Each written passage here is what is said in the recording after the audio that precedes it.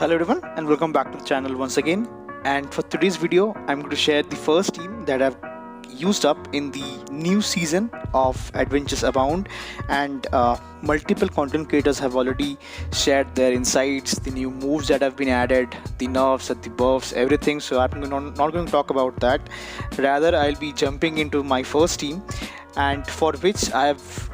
used up my Ninetales, because I'll be trying out the new Scorching Sands which Kanto Ninetales now have over here in the move pool, and it does have even better matchups against rock, poison and electric coverage, especially against lantern as well. As well as it has 30% chance of debuffing opponent's attack as well, which is huge because that gives Ninetales so much more coverage against this meta over here.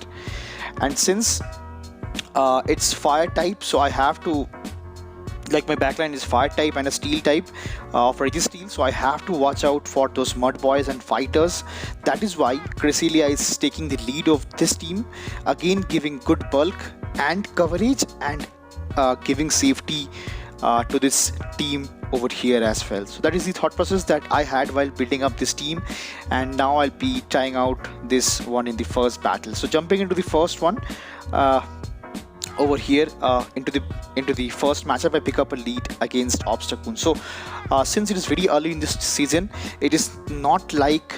these people are very much new to Go Battle League. So since it's early starter of the season, so everyone have reset their rank as well. So that is the reason it is rank 1 for everyone, which is quite normal, but not everyone is kind of a rookie or an amateur over here. So I'll be going for the first Mool Blast, which they let it go, and now I can easily go for the next Grass Knot that does guarantees out the first shield from my opponent's end, which is huge because that is the sole purpose of Cresselia over here. And I'll be switching out into my own Ninetales over here as well, because I want to preserve my Cresselia, some health on my Cresselia, because if they have some mud boy in the back, I have to lure them out. So generally my safe swap is going to be Registeel, but since it was Obstagoon in the lead, I thought of switching out into my own Ninetales, to which they swapped out into their own wall lane over here. So wall lane with the earthquake nerf is not too much great right now. As you guys can see, this icicle spheres don't really hurt too much, but it will add up consecutively, to which I shield up once, and now they comes back with their final Pokemon, which is going to be their Jellicent over here. So for Jellicent, earlier it would have been a very bad matchup because Fire Spin and Overheat would have been resisted, but now I've got a move to do a bit of chip damage to Jellicent as well, to which I got the final shield from my opponent's end with the next Weather Ball, which is huge because now I can easily come back with my own Registeel, soak up this kind of damages from Shadow Ball or Surf. Anything is fine for me. Registeel is such a tank, it can hold up so much damage as well. And now I'll be going for the next Zap Cannon, which I thought they will catch, and they did, onto their Obstagoon, which I am fine with, because when the Obstagoon is gone, I can easily let my Registeel go down to this next Surf right now. Yeah, they can either go for a Surf, which does enough damage right now, and now I have to preserve shield, which I did correctly for my own Cress over here, because Cresselia is going to take super effective from Shadow Ball, which I have to watch out, but I have my shield which I put up over here, and now I'll be going for the next Grass Knot to take care of the Jellicent that gets the win for the first battle of the new season 16 over here. So GG's. Moving into the next battle, I pick up a lead against Lapras, and while I was battling this, like playing my first set over here, I felt that there is kind of like there are many frame drops happening, frame drops, lags and glitches as well. That is the reason it ended up costing one match. So you guys will be seeing that in some time, to which they switch out into their own Arcanine over here that is actually running Fire Fang, to which they goes for the Wild Charge Nuke, which I shield up correctly, and now I can easily go for the first Flame Charge, beg your pardon, Wither Ball, because their defense is double lowered, so they will be shielding up, and now I can easily go for the Scorching Sand, but which would be overkill right now, because with double dropped defense I can easily go for one Wither Ball to take out the Arcanine, because it's such classy Pokemon. And now here comes the final Pokemon of their own, which is going to be Skuntank, and I'll be going for the next Scorching Sands over here, and you guys will be checking out how much damage it does. It does so much damage to a Skuntank, and it have got so much more coverage in this meta right now. It can handle steel with both fire and ground. It can handle rock. It can handle poison, and as well as electric as well, which would not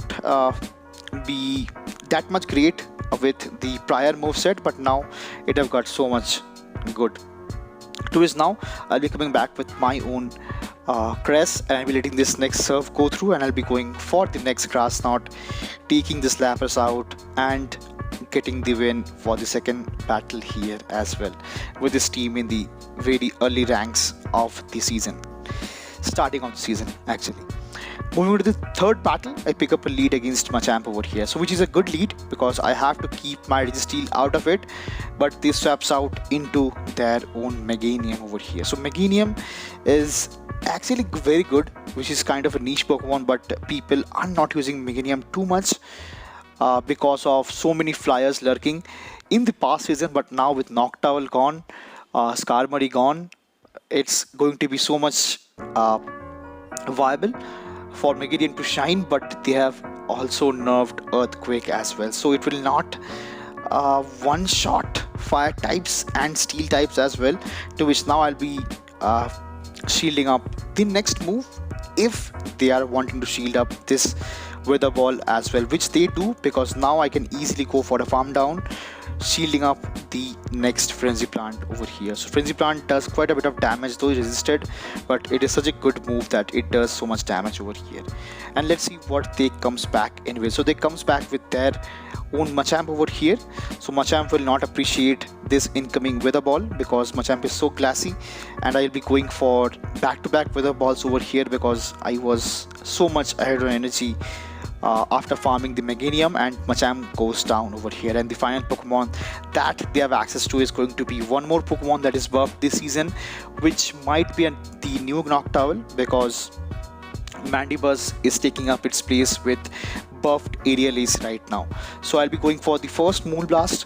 putting down the Mandibuzz to his half health, and I catch the next move onto my Registeel, which ends up being Aerial Ace, and this game's already over, which I think my opponents thinks that way as well, and they concede the match in this scenario. GG's. Moving into the fourth battle, I pick up a lead against Gal, which is a tough lead over here because I cannot switch out into my own Registeel because it does not have a good matchup either that way as well. So I'll be letting this first lunge go through, which does hurt, but it's a Cresselia, it can hang on to this damage as well. And now I am got 100 energy right now, so I'll be going for the first Moonblast that gets the shield, which is really good. And now I can easily come back with my Registeel, to which they comes back with their Mudboy over here, which is huge because that's the core strategy with this team, to lure out a Mudboy with either Ninetales or the Registeel. But Registeel is a safe swap because of its bulk and new moveset of Focus Blast and that Zap Cannon over here, to which now I'll be shielding up this next move, which is going to be a Mud Bomb. And now if they want to farm me down, which could not be possible because I have enough energy to go for the next Focus Blast before they go for the next Mud Bomb, and now they can easily farm up quite a bit of energy, but they cannot farm down a Registeel with Mud Shot, so they have to go for the next Mud Bomb over here. So I can easily come back with my Cress, go for one, maybe two Psycho Cuts, and go for the Grass Knots to take out the Whiscash over here. And now I'll be switching out into my own Ninetales to catch off guard onto this Galvantula and the final Pokemon that they have access to is going to be Ninetales. This is so good, but since Niantic does not want me to win all the 5 games in the first set of the season,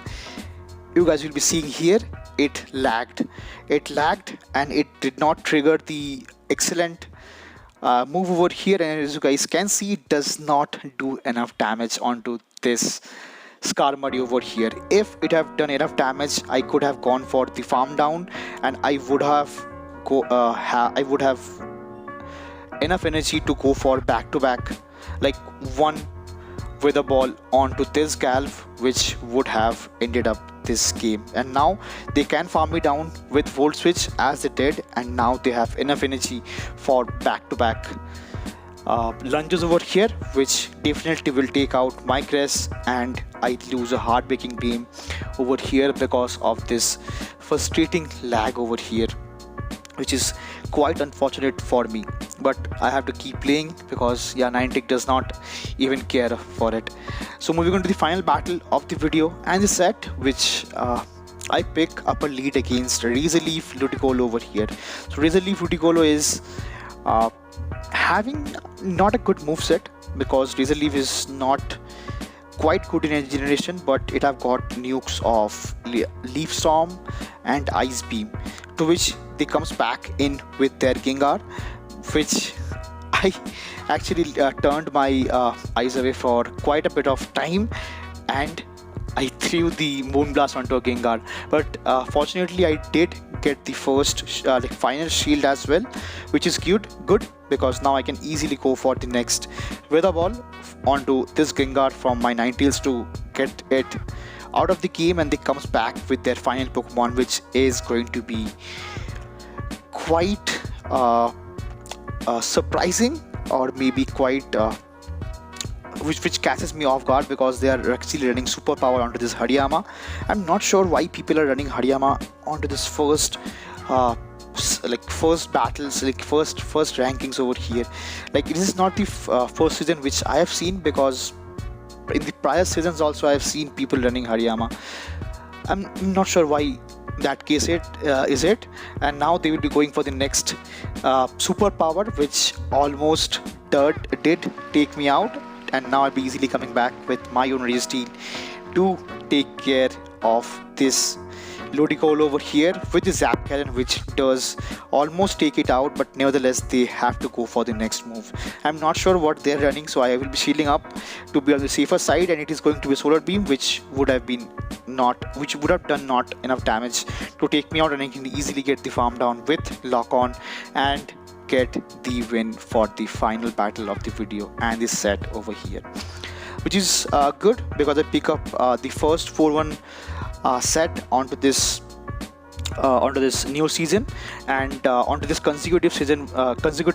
sets which I played with this team. I picked up the 3-2 win and again a 4-2 win, which is quite good for this team because Ninetales have got so much